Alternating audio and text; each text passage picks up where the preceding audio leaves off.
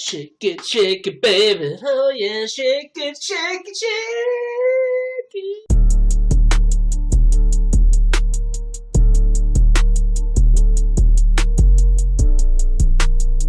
I don't know. I just want to say to the Canadian people, because I said the other day that I don't go to Canada anymore. I'd rather go to Russia. I was joking around, first of all, but I do not go to Canada anymore. But it's because of the government. It has nothing to do with the people. I think the people are lovely.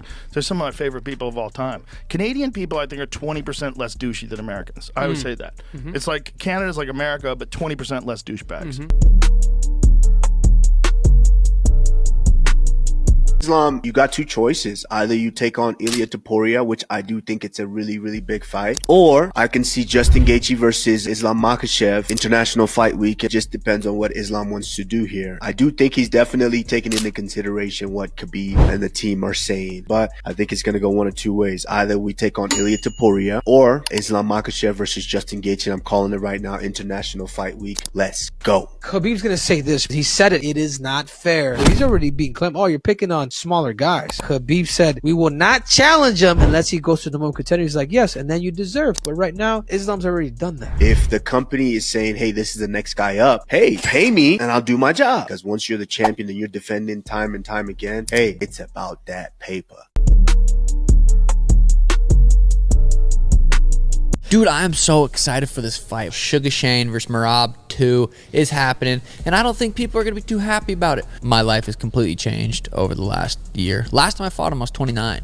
I'm 30 now. I'm a grown man. I have hair on my chest now. I quit smoking weed, too. I haven't gamed either. I quit gaming. Yeah, I also haven't yeehooed once this year. Jade the Peen? Haven't Jade the Peen once this year. Not once. Not once this whole year. Last camp we had some shit going on. My body hasn't felt this good since 2022. Gonna fight at my full potential. I know I'm gonna be a huge underdog. Like everyone's gonna count me out, just like the Aljo fight. I don't want to jinx it, but dude, if I can just keep this pace up, how we've been able to train these last few weeks, all the way up into the fight, I'm going to be 70% better than I was in that first fight. So which part did it say, like, yeah, and I added in wrestling training sessions? I mean, of course, maybe he is. It's just funny that, like, everyone made such a big thing. Oh, he's changing his life. He's giving up the Mary Jane. I'm like, those are the things that technically made you who you are and a champion. So, like, for someone to tell me, go cold turkey, no more drinking, blah, blah, blah, no edibles, nothing, I'm going to look at him like, yo, bro, this is what got me here. Why would I stop? Carlos Prates, you shouldn't be smoking ciggies. These guys smoking Lucy's the day of the fight and not even like one. The man's damn near going through a whole pack, putting guys in the ground. You feel me? So it's like, I'm sitting here like, nah, it's got to be some type of method to the madness about the mental mind frame that you have to be in when you're going into the fight. And I think that's the most important thing. Like, are you comfortable? Are you happy? And if you're losing after that, then maybe you change some things up, what's going to make you feel more at peace. I mean, Ilia made just a bold statement recently. He said the UFC promised him if he relinquished his spot that he would get the title shot. I remember talking to Khabib, and Khabib said this. He's like, it's not fair for Ilia to skip the line and go after the title shot with Islam, because that's all Islam's been doing. He gave Volkanovski a couple of times, and he has gone up. So I don't even think it's going to be Islam's choice. I think Khabib's going to step in and be like, he needs to fight the number one contender. And he said, if Ilia does beat the number one contender, then sure, we'll do that. So I personally think that Islam will fight anybody, anytime, anywhere. But I think the person that's going to more likely play bad cop is going to be Khabib Nurmagomedov. He's going to say no. So for that reason, I am guessing it's going to be Justin Gaethje versus Islam Makhachev, International Fight Week. Yeah. Bust it!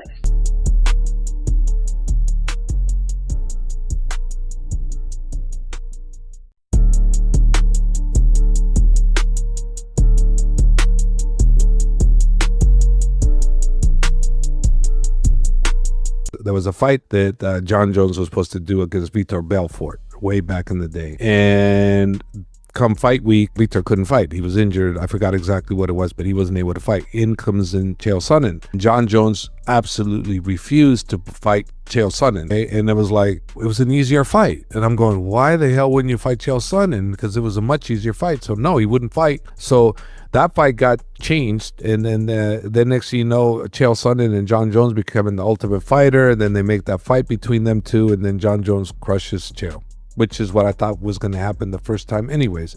So why did he do that? Why? Because he wants to win. He does everything he can to win. He's a perfectionist. This guy will do everything he can to win. He's a winner. He knows how to win, and he'll do certain things that maybe not ethical or unethical just so he can win. Like if you watch him with DC in some of his fights, he's going with DC, and DC's got his arms wrapped around him, and Jon Jones lifts his hands over like the round's over, and then DC lets up, and all of a sudden he clocks DC. Why did he do that?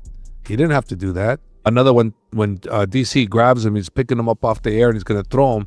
He grabs the cage around the cage so DC can't throw him. Why did he do that? Because he didn't want DC to throw him, make him look bad. So this guy is an individual that does whatever he can do to win, and he's a winner, and he's a great, great, great athlete. So combine that with everything he has, that's what you got more than anything. So if he's not fighting Tom Aspinall when they want him to fight, is because he's not going to. It had nothing to do with I'm older and he's younger. It has something to do with he needs to be properly prepared for what he's going to bring to the table. And he wants to absolutely crush Tom. So he feels that's what he needs to take to do it. So guess what? You can't change him. You're not going to change his mind. He's been that way for years. So he's not going to change. So I don't blame him, because why should he go and rush and become somebody he's not? He needs to be who he is, who he has been. And he's been a winner his whole life.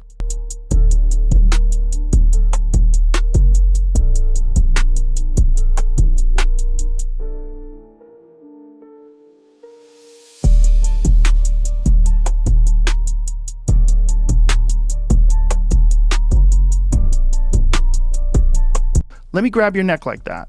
You don't think that's a choke? Yeah. Because it's one arm? I'll put you to sleep with one arm. Yeah.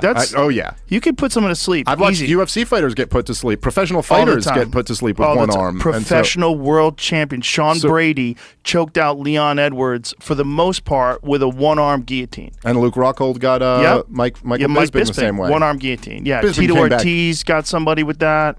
The one-arm guillotine is legit. That's legit. And anybody who's like...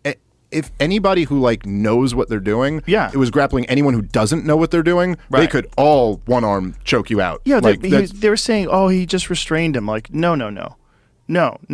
When you restrain someone, you get their arms behind their back, you pin their weight down. You could just restrain the guy if you're a good jiu-jitsu practitioner with your body weight. If you have you're on top. He's face down. You put your hooks in. He's not going anywhere. Yeah. You flatten him out. You underhook him. You pull his arms out. Someone cuffs him. You don't choke him. You don't have to choke him. The guy wasn't resisting at all.